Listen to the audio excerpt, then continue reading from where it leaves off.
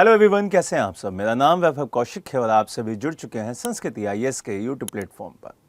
आज हम बात करने वाले हैं एक ऑपरेशन की। उस ऑपरेशन के माध्यम से एक डिपार्टमेंट ने बहुत ज़्यादा मात्रा में एक साथ सोने को पिघलाने वाले गिरोह को यहाँ पे गिरफ्तार किया है। अब इस ऑपरेशन का नाम क्या है? इस ऑपरेशन का नाम है ऑपरेशन बुलियन ब्लैज। अब ये ऑपरेशन किस लिए कंडक्ट किया गया, ऑपरेशन किस संस्था के द्वारा किया गया, ये सब कुछ आज बहुत बेहतर तरीके से समझेंगे। ऑपरेशन का नाम आप सभी को पता चल गया है, ऑपरेशन बुलियन ब्लैज।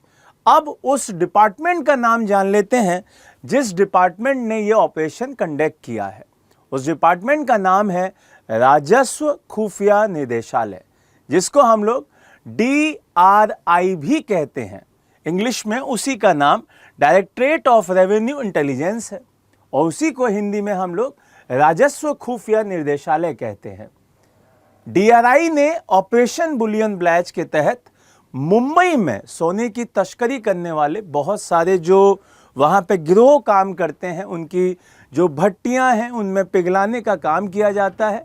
उन्हीं को अवैध रूप से जो इसका मार्केट ऑर्गेनाइज किए हुए थे मुंबई में, उनको यहाँ पे गिरफ्तार कर लिया है। अब इस पूरे सेगमेंट में ये क्लियर हो जाता है कि ये ऑपरेशन आप सभी के लिए बहुत इंपॉर्टेंट है, क्योंकि इसी तरीके के ऑपरेशन के नाम से आपके एग्जाम में ये सारे के सारे क्वेश्चंस पूछ लिए जाते हैं।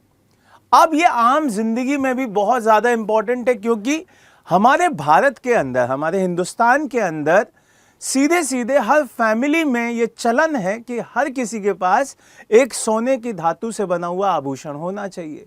अब जितने लोग भी इस वीडियो को देख रहे हैं तो कमेंट बॉक्स में ज़रूर बताइएगा कि क्या आपके पास कोई भी ऐसा आभूषण है जो सोने से बना हुआ है। अब अगर मैं बात करूं इस ऑपरेशन की, तो इस ऑपरेशन के तहत बहुत सारी चीज़ें सामने आई, बहुत सारे लोगों को वहाँ पे पकड़ा भी गया है। ऐसा बताया जा रहा है कि राजस्व खुफिया निदेशालय ने 15.05 करोड़ रुपए मूल्य का अप्रोक्स 11.88 kg 24 कैरेट सोना यहां पर जब्त किया है और इसके साथ साथ चांदी भी अप्रोक्स 8 kg, 8.5 kg के बराबर बताया जा रहा है और वो भी यहां पे जब्त की है।